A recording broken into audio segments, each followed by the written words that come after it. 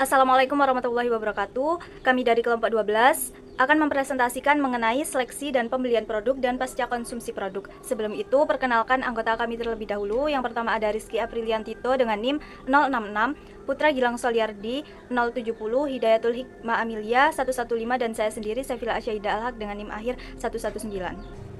Nah, yang pertama kita akan membahas mengenai seleksi dan pembelian produk. Menurut Kotler dan Armstrong 2012, keputusan pembelian adalah cara seseorang memecahkan masalah dengan memilih perilaku alternatif. Nah, keputusan pembelian ini dilandaskan pada keinginan yang dihasilkan ketika konsumen secara sadar memilih salah satu tindakan alternatif yang ada.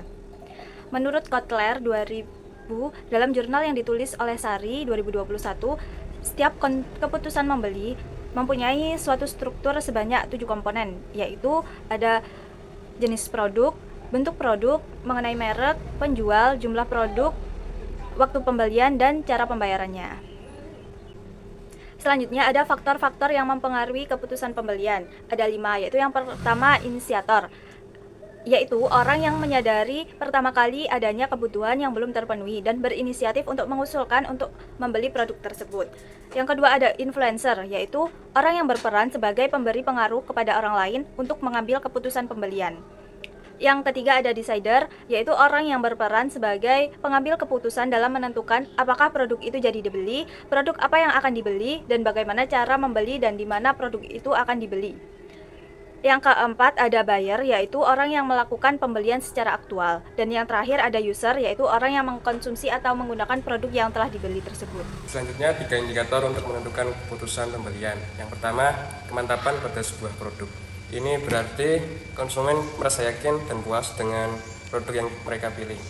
Keyakinan ini dapat didasarkan pada kualitas, manfaat, atau pengalaman sebelumnya dengan produk tersebut. Yang kedua, kebiasaan dalam membeli produk.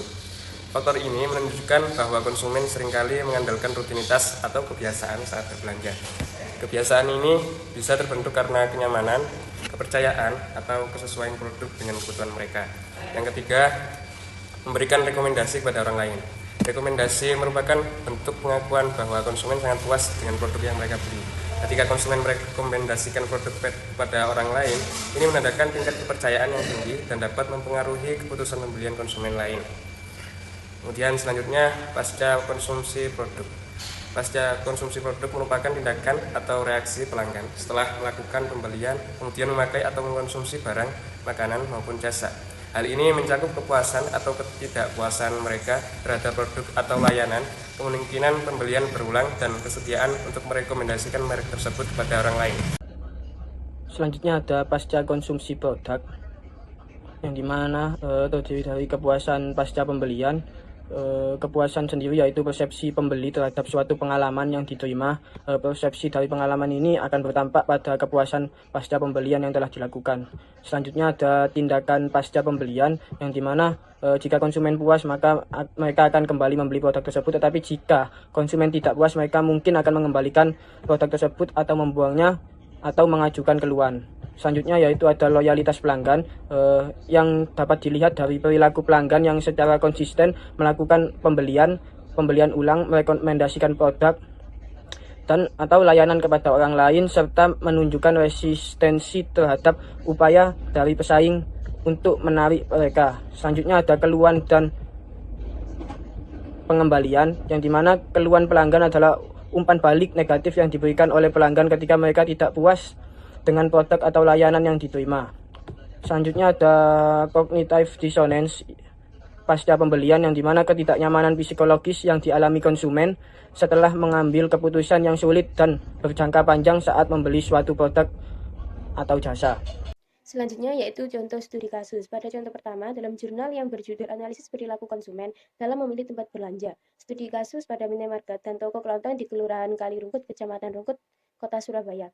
Jurnal ini ditulis oleh Khalifatunisa 2020 yang menunjukkan bahwa dalam memilih tempat berbelanja, masyarakat memiliki kriteria tersendiri. Di antaranya yaitu pelayanan yang baik, kenyamanan, kelengkapan toko, dan lain sebagainya. Di sini konsumen lebih banyak berbelanja produk dan barang di minimarket, dikarenakan kualitas lebih menjamin dan penataan barang yang lebih baik, serta memiliki banyak pilihan promosi. Tetapi konsumen juga masih tetap memilih berbelanja di toko kelontong seperti keperluan dapur dan lain-lain, dikarenakan harganya yang lebih murah.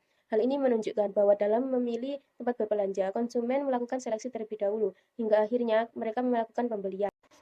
Pada contoh kasus yang kedua, dalam jurnal yang berjudul Motivasi, Persepsi dan Perilaku Pasca Konsumsi Wisatawan Domestik terhadap Kuliner Sate Kelatak di Imogiri Timur, Yogyakarta, yang ditulis oleh David et al. 2022, yang menunjukkan bahwa mayoritas wisatawan domestik cenderung akan kembali lagi mengonsumsi sate kelatak Imogiri. Bahkan mereka merekomendasikan kepada rekan, kerabat, dan media sosial. Hal ini menunjukkan bahwa adanya kepuasan dari pengalaman yang didapatkan setelah mereka mengkonsumsi sate kelatak tersebut. Sekian penjelasan dari kelompok kami, semoga bermanfaat. Wassalamualaikum warahmatullahi wabarakatuh.